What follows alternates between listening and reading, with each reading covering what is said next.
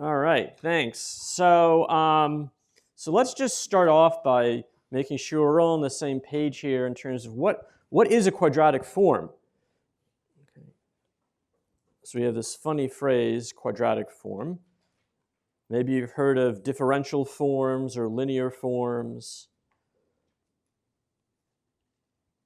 So what does this term mean? Anybody who's read something about it want to tell me what they would do? Yes, sir? Quadratic form is basically, you can think about it as a homogeneous polynomial of degree 2, right? So it can be either, like usually the most common ones are binary quadratic forms. Okay, so the key point is, as Srijan said, homogeneous polynomial of degree 2. So any homogeneous polynomial of degree 2, the term homogeneous or homogeneous polynomial of degree 2, so it means all the terms that show up have degree 2. There might be the same variable to the second power or two different variables each to the first power. So the point is that so degree 2, that's the quadratic part, and the term homogeneous polynomial is what the term form refers to.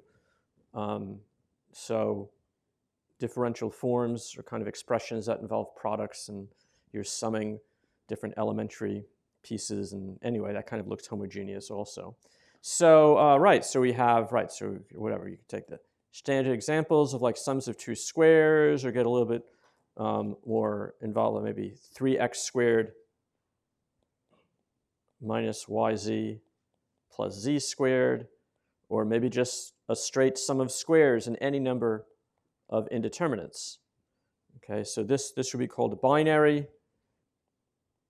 quadratic form, two unknowns.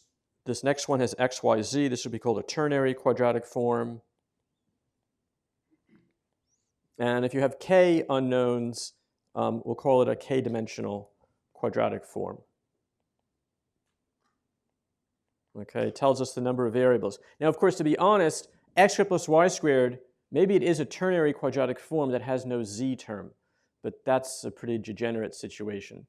So we're not really going to worry about that kind of thing. We look at it, it's like, okay, we see x and y and nothing else, so that's binary. So a lot of number theory, going back to the time of Gauss and Fermat, was concerned with studying quadratic polynomials, homogeneous in two unknowns. You think about Pell equations or Fermat's two-square theorem about which primes are sums of two squares, or even Lagrange's four-square theorem, every integer greater than or equal to 0 is a sum of four squares. So that was a question about a four-dimensional or quaternary quadratic form. So what do I want to say about these things? So first of all, let's make the observation that the most basic example, is this going to work here? Right. So you should think of quadratic forms as things that generalize sums of squares. And so if I take a look at a sum of squares, that's just a dot product. I can write it as like x dot x.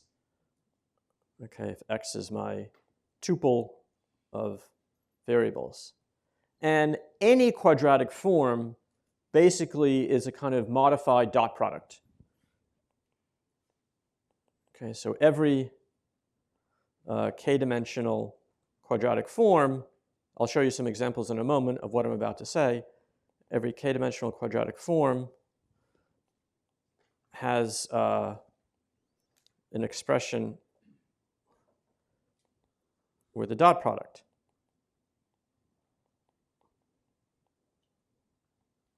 And a symmetric matrix. Symmetric matrix means a matrix equal to its own transpose. In other words, maybe I should call it Q of x. Q of x. So we have a formula here. It's always going to be x dot ax, where A is equal to its own transpose. What's the LaTeX command for transpose on a matrix? Don't use, no, it looks awful, right? So you want to use A to the backslash top. Looks much better. Okay, so please don't use capital letter T. Oh, God. So anyway, the point is that every quadratic form in k variables is a dot product of x with ax, where A is a symmetric matrix. And so let me just show you what that means in an example. So the thing here is not just that they look like this, but they look like this for a unique symmetric matrix. And so this is in the notes. So if you see theorem 1.1 in the notes, so as an example, if I gave you, for instance, 5x squared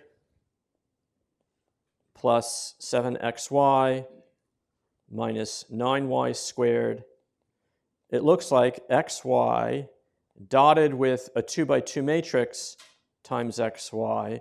And for that 2 by 2 matrix, you take the quadratic term, well, they're all quadratic. You take the pure terms, the so-called diagonal terms, the ones that are coefficients of the squared terms, so a 5 and a 9, because we're writing x and then y in the vectors.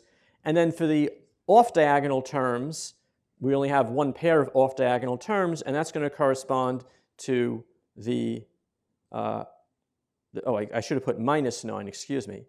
And you take the off-diagonal term for x and y in this case, and you just split it across the two terms, 7 halves, 7 halves. That is a symmetric matrix, and if you expand out the dot product on the right, you will get the quadratic form on the left. And so this idea generalizes to more variables than just two, all right? And so in fact, so when you start with a quadratic form, you get a symmetric matrix, and of course a quadratic form is not a linear thing, right? Everything's showing up to degree 2. So when you study quadratic forms, it's useful to take that formula x dot ax and turn the second x into a new vector, call it y. So we have an associated, you might call it, I don't know, maybe a q dot product, where you just take that formula and now you treat it as a function of two vector variables. Just take the dot product x dot ay. So if you start with the quadratic form, you get x dot ax for only one symmetric a. And so then you can contemplate the dot product of x with ay, where x and y are now allowed to be different. So you can recover the quadratic form by setting y equal to x. So you have that b of xy thing. You can get back to q of x, but then conversely, if you have the q of x, you have only one possible a, and so you can build this kind of generalized dot product out of it. So for example, if I started with, so now we're in a conundrum, because I was writing my variables as x and y, and now I have my two vectors that are separate. One is labeled with an x underline, the other with a y underline. So I think I'm going to now take my previous quadratic form and make it a function just of things written as x. So let's take 5x squared plus 7x x prime minus 9x prime squared. So that's really the same thing as what we had before. Right? I'm just changing the letters to accommodate my change in notation here. And so then the associated, so this is, again, x prime,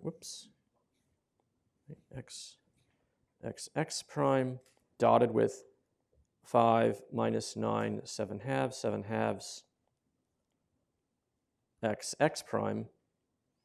And so the associated generalized dot product, if I have two vectors, then what I would do is I would just take x prime and dot it with 5, 7 halves minus 9, and then put the second vector y prime there. So you've now made kind of a function of two vectors instead of just one vector. And this is linear in the first vector when the second one stays put, and it's linear in the second vector when the first one stays put, because now that I have two different vectors, you could expand this out. This becomes, what, 5xy plus 7/2 xy prime plus 7/2 x prime y minus 9 x prime y prime. Right? So if you set the vectors to be the same, x prime and y prime to be the same, you'll recover the quadratic form. But anyway, so starting from a quadratic form, you get this gizmo here with the b, involves two different vectors, potentially two different vectors, and you can go backwards as well. So to talk about quadratic forms is the same as talking about these kind of generalized dot products. You put a matrix on, let's say, the second vector. So this is called, so we call B the associated, so it's a mouthful here, symmetric bilinear form, the associated one to Q. Okay, so what is this term, symmetric bilinear? So this dot product formula here, this B thing, it's actually symmetric in the two vectors, which maybe is not so clear when you look at it as the dot product, but when you look at the final formula, you see the roles of x and y are the same. Wherever you see an x, if you swap out the x prime and the y prime, you're going to get the same thing back. And so, in fact, so the term symmetric means it's the same thing in terms of, so maybe I should write this here. This is actually the same thing as y dot ax. Right? When A is a symmetric matrix, if you swap the roles of x and y, you get the same thing back. Why is that true? Where does that come from? The most important property of the transpose. Key feature of the transpose of a matrix is that when you, maybe I won't call it A so as not to suggest if I have a general matrix M, you can always move a matrix to the other side of the dot product. That's not really true, at the cost of putting transpose on the matrix. You can move a matrix to the other side by transposing it. So if the matrix is symmetric, if M is equal to M transpose, then you can put M to the other, on the other vector, and you get the same thing. So this is just a calculation. You check this once, and you remember it. Okay, this is super, super important in terms of properties of the transpose that are not completely elementary, often are related to this feature of them. Okay, any questions here? Okay, so we have these quadratic forms in any number of variables. You can fatten them up to give you a kind of generalized dot product, and you can go back to the quadratic form by setting y equal to x in terms of the vectors. Okay, all right. So we're going to be interested in a particular type of quadratic form called a positive definite. So let's take a look at some examples. Let's go back to just the two variable case. So here's some simple examples of two variable or binary quadratic forms. X plus y squared, x squared minus y squared, and minus x squared minus y squared. So the first one, that's supposed to be a 2. The first one only takes positive values, except at the origin where it vanishes. The second one takes both positive and negative values, and the last one takes only negative values, except at the origin where it vanishes. Okay? And so, in fact, if you looked at the level sets, meaning the vectors where Q has a fixed value, okay, maybe all the vectors where Q takes the value 4. Okay?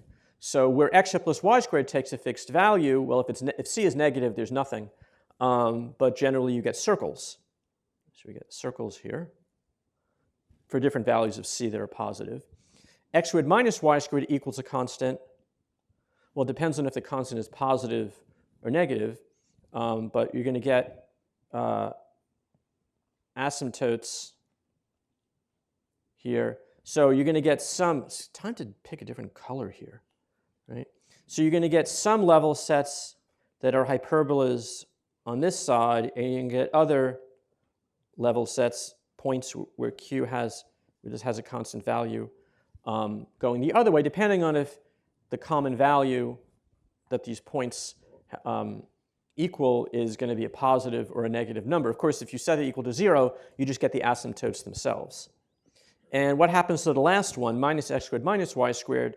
You're still going to get circles, but only when c is a negative number, right? Of course, if c is positive in this case, you're not going to get anything. Okay. So the thing I want to draw your attention to is that in the first and the last case, the level sets only have, at most, finitely many integer points on them. Level sets have finitely many integer points. Whereas you might have none, right? X squared plus y squared equals 3. There's no integers where x squared plus y squared is 3. But there are some values for which x squared plus y squared equals a constant, has a bunch of integer values, like x squared plus y squared is 5, but you're only going to get finitely many at most, finitely many integer points. Right? And that's because, of course, the level set is a bounded region, is a bounded curve. And a bounded curve, of course, can only pass through finitely many integer points, whereas in the middle case, with the difference, x squared minus y squared, potentially, and it really can happen, that you could have infinitely many integer points, right? So here, right,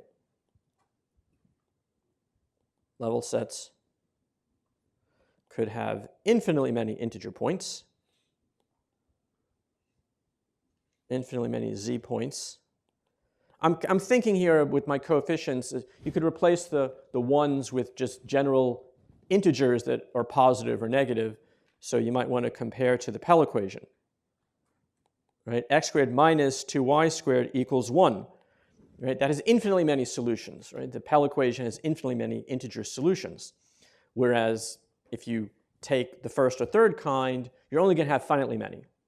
And so these distinctions are called positive definite in the first case. This is called positive definite, quadratic form. It does not mean definitely positive. It does vanish at the origin, but anyway. This one is called indefinite. And this last one is called negative definite. We're not going to really be so interested in the negative definite case because if you just negate a negative definite thing, you can get a positive definite thing. Okay, so what's the story here with respect to these concepts if I have more than two variables? So positive definite means it only has positive values except at the origin, where of course a homogeneous quadratic polynomial will have to always vanish. Okay, so we call our quadratic form positive definite.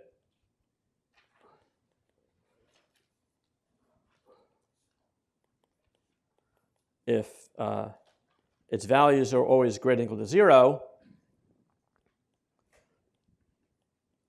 So here I'm thinking about plugging in real vectors. This might be called positive in the French sense. And does anybody here speak French? What is positif? What's the difference between positive and positif? It's like the reverse as in English. Like positive means that it's strictly positive. Yeah, right. The French have to say strictly positive, where we just say positive. So, right, positif means greater than or equal to 0. So, so we want it to be greater than or equal to 0, but also that it vanishes only at 0. Okay, so it's positive except at the one place where it must vanish. And so the point is, in any number of variables, in any number of dimensions, positive definite quadratic form will actually have the same kind of behavior like we see here. So as another example, for instance, 2x squared minus xy plus y squared. So if we look at this, is this always going to have positive values except at 0, or could it have a mixture? Since this only has two unknowns, you could try to complete the square and try to write it as like a sum or difference of squares. And you'll find actually that it's the positive multiples of squared expressions involving x and y by completing the square. But let's just say if you wanted to graph the level set where that's equal to 3, it turns out to be some kind of rotated ellipse, something like this. Okay. So again, it's a bounded region. This is positive definite. Has anybody ever heard of a quick numerical way to check that a binary quadratic form is positive definite? Yeah. I don't know if it's so quick, but you can look at the eigenvalues of the matrix. That is not quick. But yeah, looking at the eigenvalues of the associated matrix is an idea. So for instance, if in fact the eigenvalues were all positive, that would work. Anything else? Yes? Yeah, so if you look at the discriminant is b squared minus 4ac. So the discriminant is minus 7 is negative, and that should remind you, like with quadratic polynomial, right? When the discriminant is negative, it never crosses the x-axis.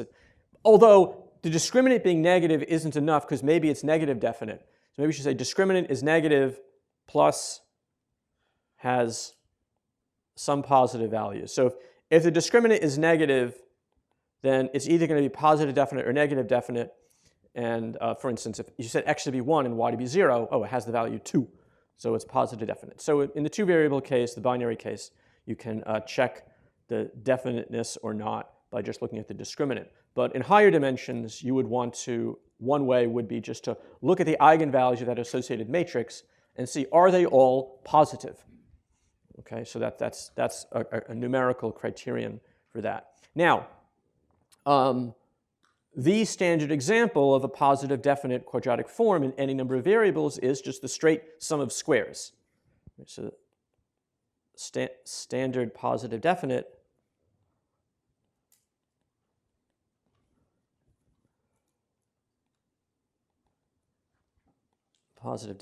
quadratic form is going to be the sum of squares, which is just x dot x. And this is, of course, manifestly always going to be positive except at the origin. How could I tweak this to get new quadratic expressions? I don't just have to dot x with x. Why don't I just insert an invertible matrix on that? So we could also use the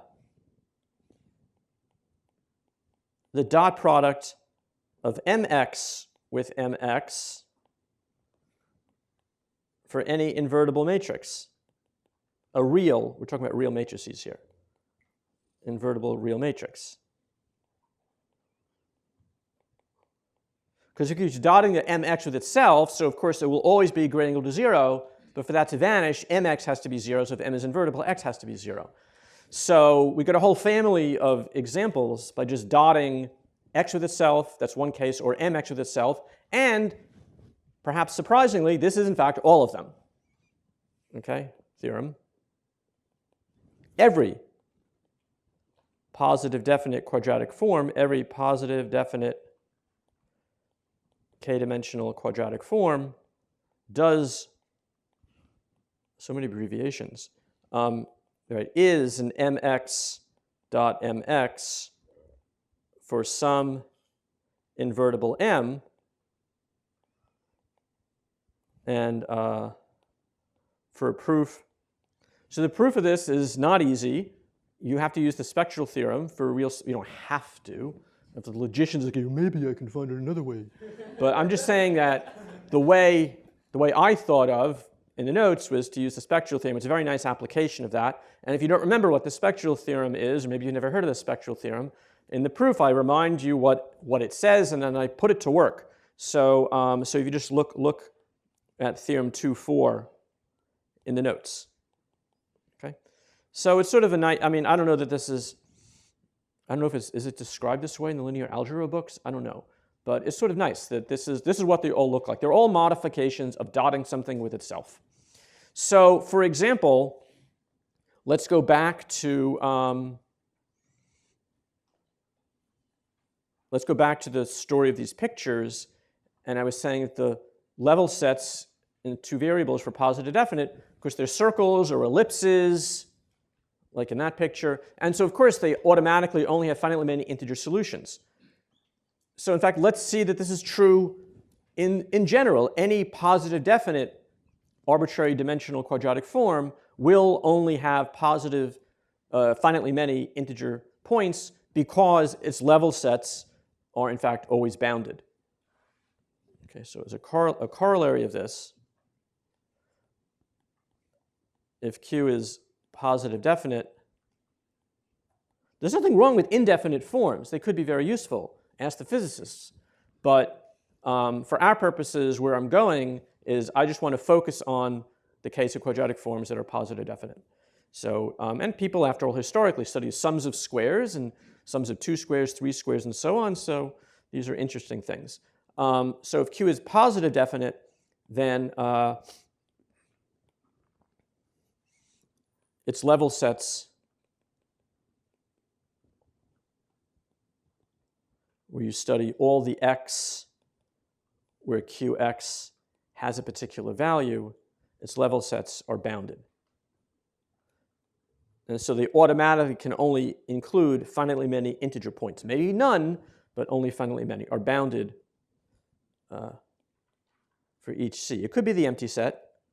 Right? Try to solve x plus y squared equals -2, but over the real numbers. But in any case, so the level sets are bounded, and so if you wanted to count how often an integral positive definite quadratic form had the value 1, 2, 3, 4, 5, these would be finite counts. So why are the level sets bounded? So by the theorem,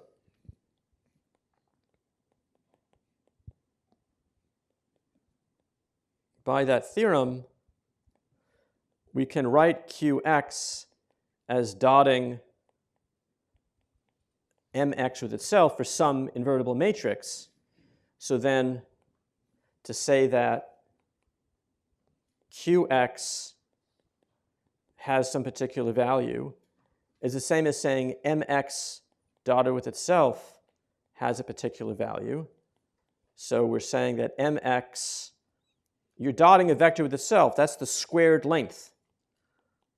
Right? So you're saying that mx, its length is the square root of c. In other words, mx has to lie in the sphere of radius c. Right? These are the vectors in Rk where the length is the square root of c. Now, what do we know topologically about spheres? What kind of subsets are those? Compact, right? So spheres are so this is compact in Rk. And so this is the same thing as saying x. Remember, m is invertible, right? M is invertible. So I can just say x is in M inverse. M is an invertible matrix. So M inverse is just another matrix. And so what happens here is you've taken your x has to be in the image of this compact set under a linear map. But linear maps like M inverse is linear, right? It's linear Rk to Rk. It's linear and invertible. And so what happens here is linear transformations are continuous. In fact, they're uniformly continuous. Right? Just think of y equals mx plus b in the plane. But it works in any number of dimensions. Linear transformations are continuous. And so therefore, the image, this thing is also compact. Continuous image of a compact set is compact. So this is bounded. And so x is in a bounded set. X is in a bounded set. Okay. If the quadratic form has a particular value c, all the x where your positive definite quadratic form has this value lie in some bounded set. It's going to be some generalized ellipsoid, okay, in higher dimensions. Right? If you apply a linear transformation to a sphere, you just kind of stretch it in some direction. So it's not like the image is some crazy thing. But for our purposes, I just want to point out it's bounded, and that's good enough. Okay? Which means that it only has finitely many solutions, finitely many integer points. So we can think about, so we can count the number of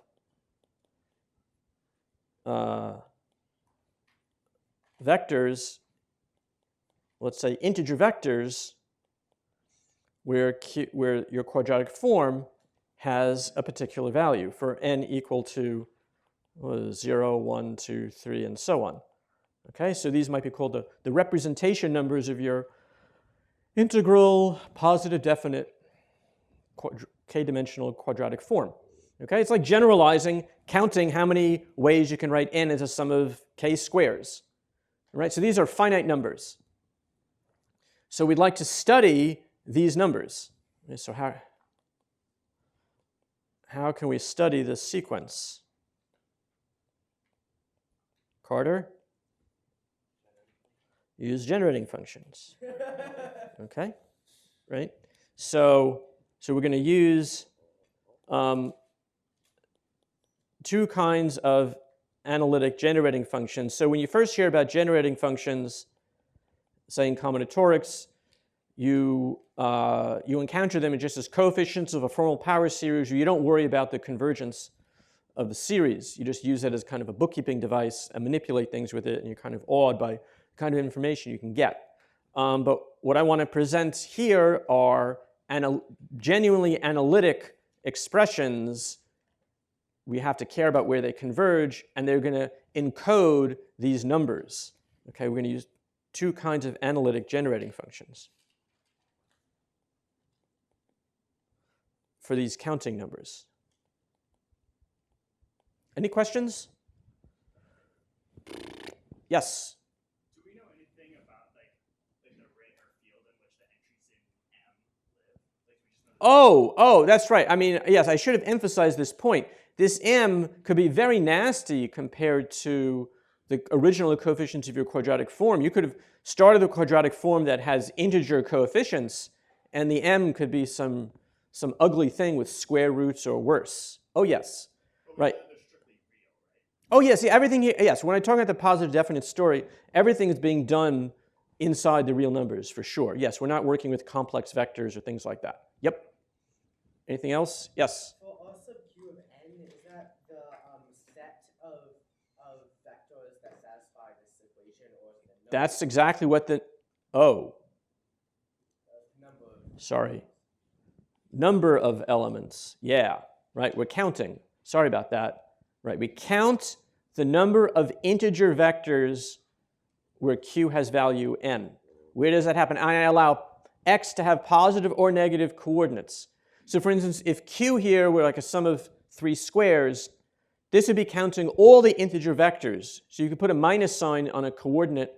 It's not going to change the value of x squared plus y squared plus z squared. Right? So this might seem like a complication. Why am I considering all integer vectors and not just, say, the ones with non-negative positive coordinates, right? But this turns out to be very convenient for analytic reasons related to things like Poisson summation. It's convenient to be counting in a group like zk rather than like a half group or semi-group or whatever those things are called, just counting non-negative coordinates. So in any case, yeah, so we're going to count the number of integer vectors where q has a particular value, and we know that these counts are finite if our quadratic form is, excuse me, is positive definite. So, so as an example, right? So here, so if my quadratic form is just the classical sum of 2 squares, then if I have n and rq of n, I'm just counting how many ways I can, how did that happen?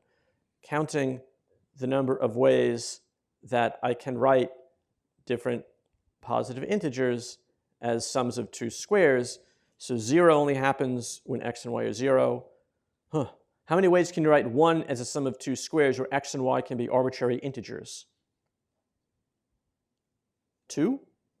4, right? So you have to be careful about that. So we have 4, 4, 0, 4, 8, 0, 0, 4, 4, 8. You're always going to get kind of multiples of 4 intuitively because of the sign swapping in x and y, even though, of course, you could have, like if the value n were a perfect square, then you have solutions where like x or y is 0, and you don't get 4 solutions from one solution. But in any case, so here are some examples of this thing.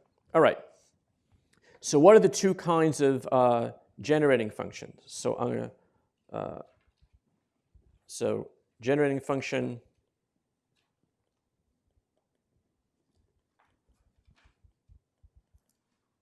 number one, let's say the zeta function of the quadratic form. So this is going to be an analog of the Riemann zeta function of your quadratic form.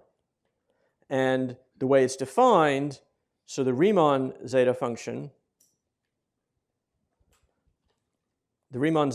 is defined if you have a variable s, you sum 1 over n to the s, and s is bigger than 1, or if you allow s to be complex, its real part is bigger than 1. And this is very nice. It has all kinds of properties. Of course, there are still open questions about this function. You can write it as a product over the primes if the real part is bigger than 1. And you can form a functional equation relating the values at s and 1 minus s. So for a quadratic form, there's a guy who in the early 1900s came up with the notion of a zeta function of a quadratic form. Anybody know what this is called? Who it's named after? Who? Euler? There's a zeta, here, I'll tell you the zeta function of a quadratic form. Nope, not Dirichlet. Zeta function of a quadratic form, I'm sorry? Denninger? Dedekind? Nope. Nope. We could go with this for a long time. So we're going to take 1 over, we're going to sum over all the integer vectors, excluding the 0 vector, and compute the value. That's a positive integer. And I can raise it to the power s. Now, any particular integer could be a q value only finitely many times. Q here is positive definite. And so if I collect the denominators together that are the same, the number of times I'm going to see a particular denominator will be rq of n times. Right? Collect together how often q of x happens to be n. That's exactly rq of n. So it's like the Dirichlet series whose coefficients are these numbers. So this converges for the real part actually bigger than k over 2. K was the dimension of the quadratic form. So this looks kind of funny if you try to compare it to the Riemann zeta function, where you expect the real part is bigger than 1, but the Riemann zeta function is not defined in terms of a quadratic form. Here's what I could do. If I look at zeta of 2s, summing 1 over n to the 2s, so now I'm summing a one-variable quadratic form, and that one converges when 2s is bigger than 1, when s is bigger than 1/2. So for this one-dimensional quadratic form, x squared, you do recover this k over 2. That's where this k over 2 is related to. So this zeta function, I'm not making this up. It's called the Epstein zeta function. But Paul Epstein, please, okay? Okay. So he actually, if you find his Wikipedia page, he kind of his life kind of ended in a pretty brutal way, kind of similar to Hausdorff.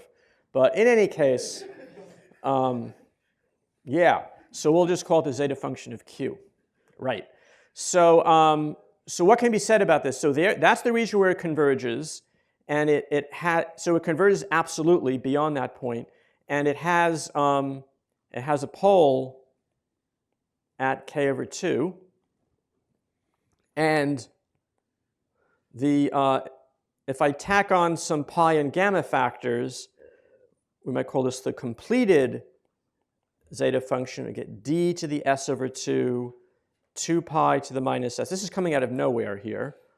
Gamma of s, zeta qs, for d equal to the discriminant, d is equal to the determinant of the a, where your qx is x dot ax. Oops, x dot ax. Right, so d is a positive number. So if you multiply your zeta function of q by the gamma function, a 2 pi to the minus s, d to the s over 2,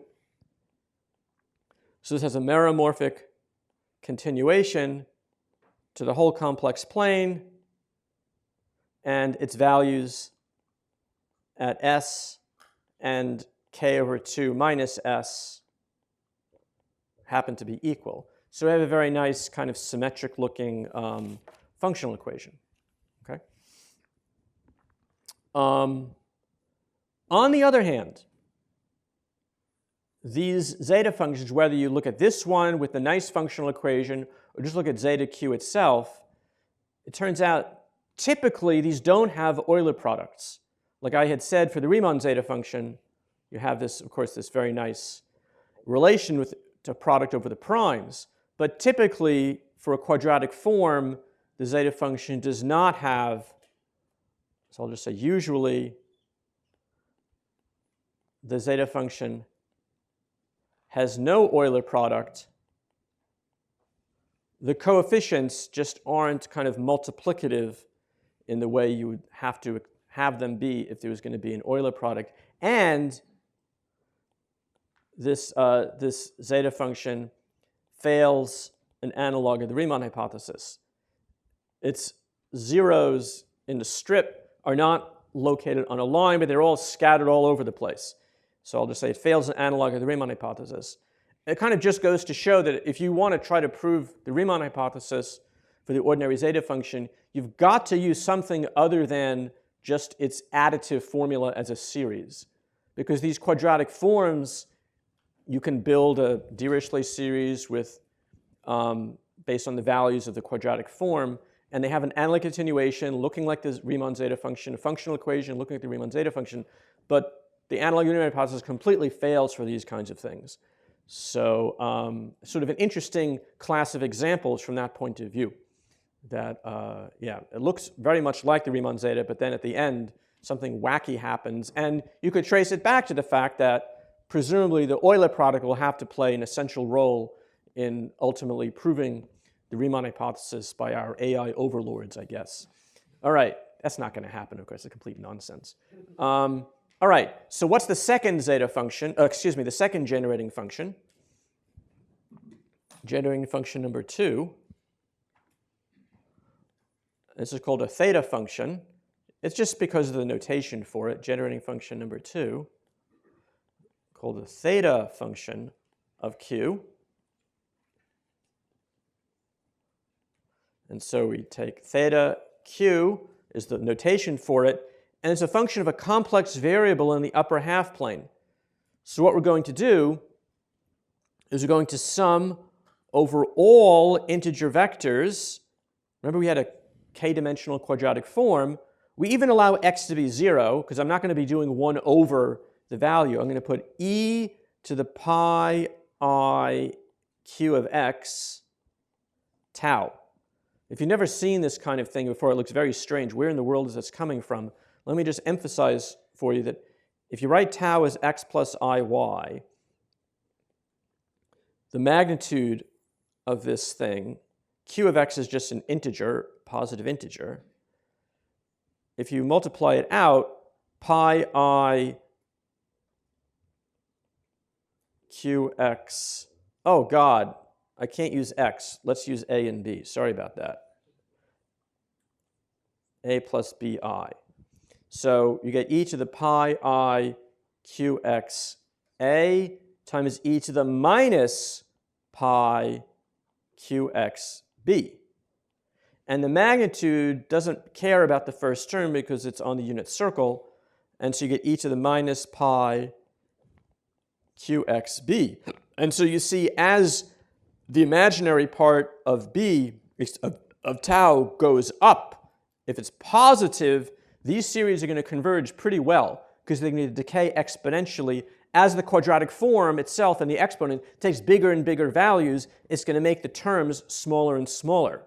And so this series turns out to converge absolutely as long as the imaginary part of tau is positive.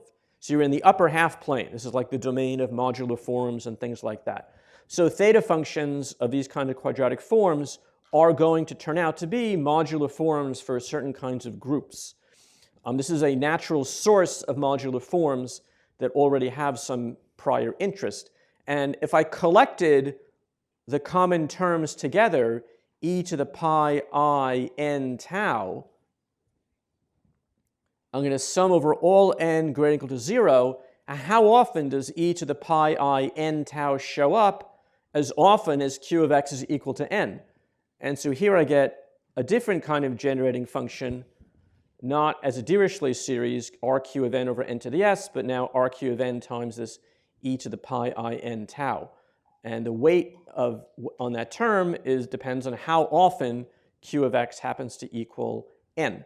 So this is a different kind of generating function. Okay. What else did I want to say about these things? So yeah, so these turn out to be modular forms. As I said, we'll take a look at this later in the week, some examples of this kind of thing. But the thing I wanted to draw your attention to is ultimately these two generating functions are just encoding the sequence of counting numbers in two different ways.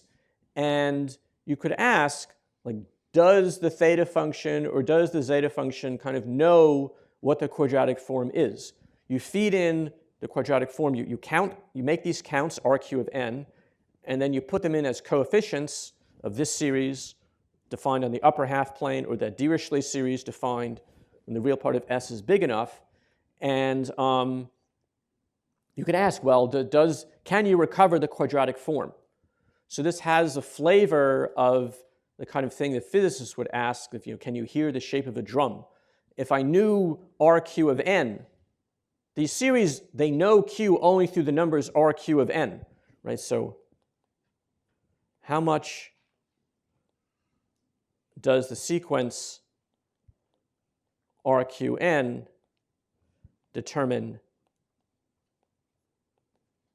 n? I mean, if you made some invertible q, right? So if you made an invertible integral change of variables, your quadratic form expression might change, but it's still on the lattice of integer vectors is going to be taking any particular value the same number of times as it did before you had your invertible integral change of variables. So how much does the sequence determine q? Does it determine it up to an integral invertible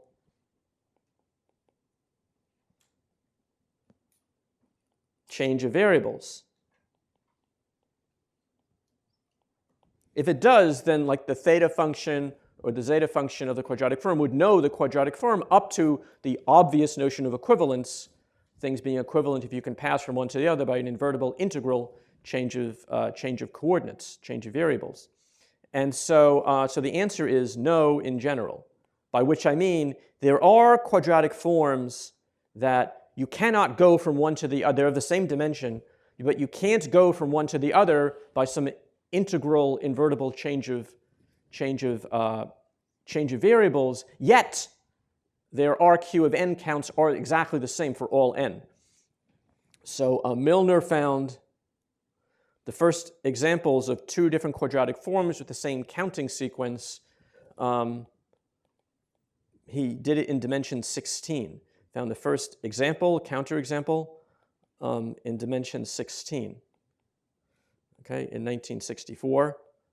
And in 1992, which probably for you still sounds like it was ancient history, but someday, right, like younger people will think now is ancient history, and you're like, oh man, I am freaking old.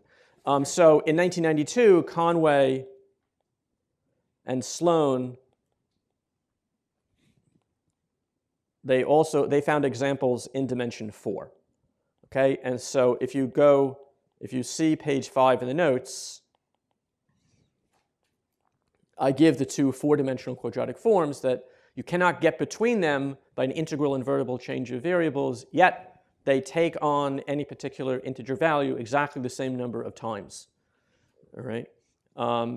you can't find these in dimension 2 and 3. It turns out the answer to the question is actually yes in dimension 2 and 3, but in dimension 4 and up, you have these curious examples. Okay? And so I think I'll stop there. Thanks.